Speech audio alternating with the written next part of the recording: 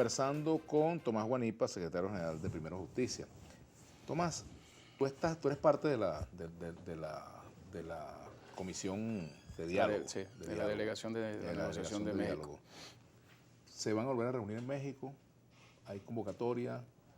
Mira, yo creo que hubo un memorándum de entendimiento que fue muy importante, que llevó semanas, por no decir meses, llegar a ese acuerdo, que tiene unas reglas, que tiene un acompañamiento internacional que es muy relevante, que yo creo que hay que mantener. Y yo creo que hay que mantener en términos de lo que significa la verdadera voluntad de que en Venezuela se puedan resolver los problemas.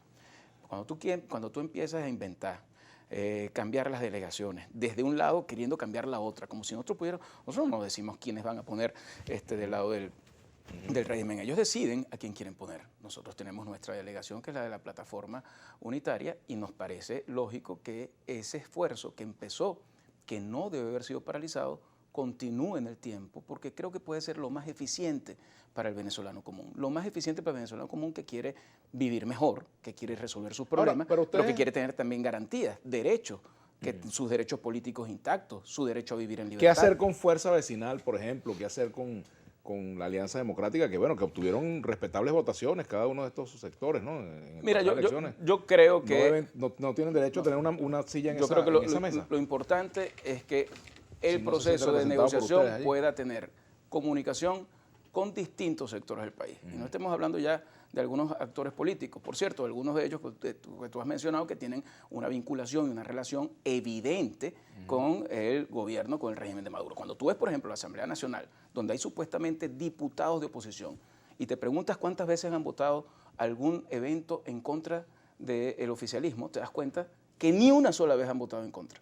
Todo se decide por unanimidad en ese parlamento. Y en un parlamento donde más bien la polémica, la confrontación de ideas, la discusión y el debate es lo que prevalece, que no exista eso y que todo se decida por unanimidad, no te da una muestra clara de que aquello que dijimos nosotros, que era una gente que se había vinculado definitivamente al gobierno, al régimen, es exactamente lo que hoy está ocurriendo cuando estamos viendo lo que allí pasó.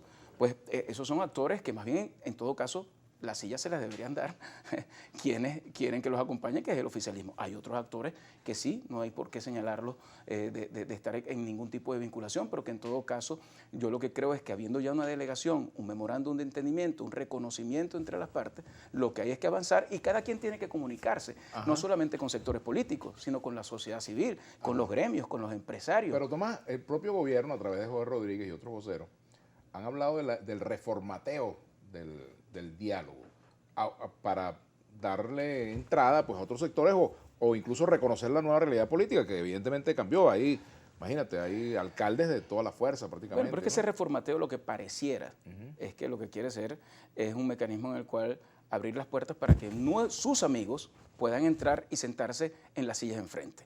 Y yo te repito lo siguiente, tú no decides, o sea, es decir, tú estás en una negociación y no puedes decidir quién va a negociar por el otro lado. Simplemente el otro lado decide quiénes son sus representantes. Y a mí me parece que todo esto al final son tácticas dilatorias para no empezar lo que nunca se debe haber paralizado.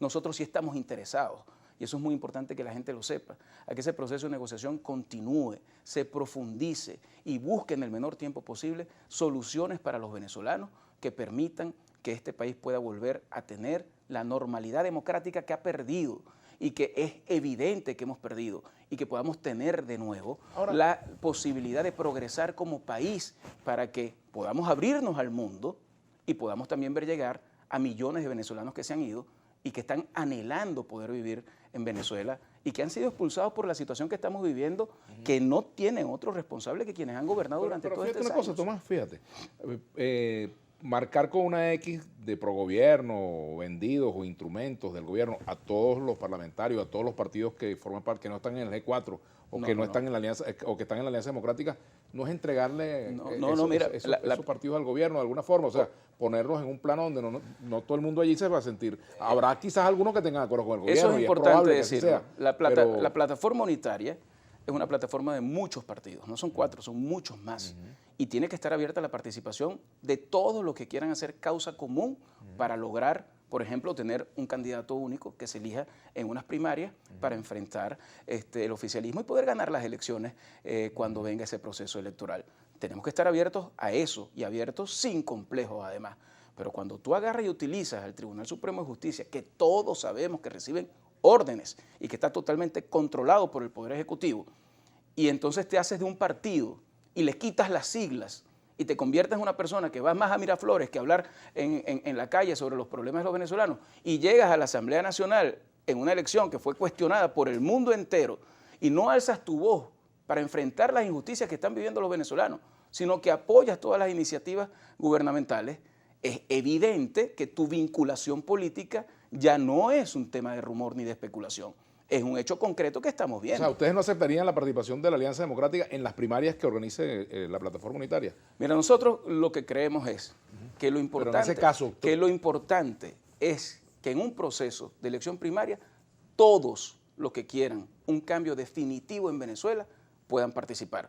No los que quieran colaborar para quienes están en el poder sigan estando en el poder de forma indeterminada por encima de la voluntad del pueblo. Yo creo que esos son temas que tenemos que hablar. Es imposible que tú estés en una misma casa cuando la persona que tienes allí está hablando con el vecino con el que tienes problemas para contarle todo lo que ahí está pasando. Yo lo que creo es que aquí lo que es que sincerarse y sencillamente decir quiénes tienen un proyecto de país distinto, quienes creen que esta situación que estamos viviendo es buena, quienes creen que Maduro debe reelegirse y estar 6 años más, hay que ver la cara a eso, y quienes queremos que haya un cambio definitivo. Pero fíjate, yo he visto encuestas donde evidentemente el rechazo al presidente Maduro es muy alto, por ejemplo, cercano al 80%, en una encuesta que vi por allí, una firma muy famosa, ¿verdad?, en Venezuela. Pero también vi el rechazo de los líderes opositores que no se diferencian casi que en nada al rechazo que puede tener el nombre de Maduro, ¿verdad? Es decir, hay un rechazo también a la actuación de la oposición, de la que incluso, porque la mayoría de esos líderes tienen un alto rechazo en las elecciones. Y eso no puede ser producto de la guerra sucia, tiene que también puede ser producto también de una práctica equivocada. Hay varias cosas. Lo primero es que yo creo que hay una gran frustración en el venezolano porque no se ha logrado un cambio. Y eso, por supuesto, que es una cosa que yo siento que existe todavía y, como tú dices, es muy mayoritario. La gente quiere un cambio, pero por supuesto también carga responsabilidad al liderazgo que no ha logrado que ese cambio se dé. Pero también hay que poner en perspectiva lo que ha sido esta lucha, lo que ha sido la persecución que ha habido, lo que ha sido el control de las instituciones. Pero ahí estás tú como el gobierno con las sanciones, el gobierno todo lo atribuye a las sanciones. No, pero déjame terminar porque eso voy. Entonces, evidente que hay un traspaso de responsabilidad a los líderes que no hemos logrado eso. Y luego también hay errores que se cometen. Y a mí me preocupa mucho que a veces los políticos no pedimos perdón por los errores que se han cometido. Yo creo, mira, yo que he podido recorrer el país entero en estos meses, visitando a nuestra gente de Primera Justicia, evaluando y hablando del futuro, lo primero que uno hace es pedir perdón por los errores que se han cometido. Y yo creo que eso es muy importante, porque al final somos seres humanos y uno lo que tiene es que mirar hacia atrás, corregir los errores que se han cometido y no dejar de luchar porque haya un cambio.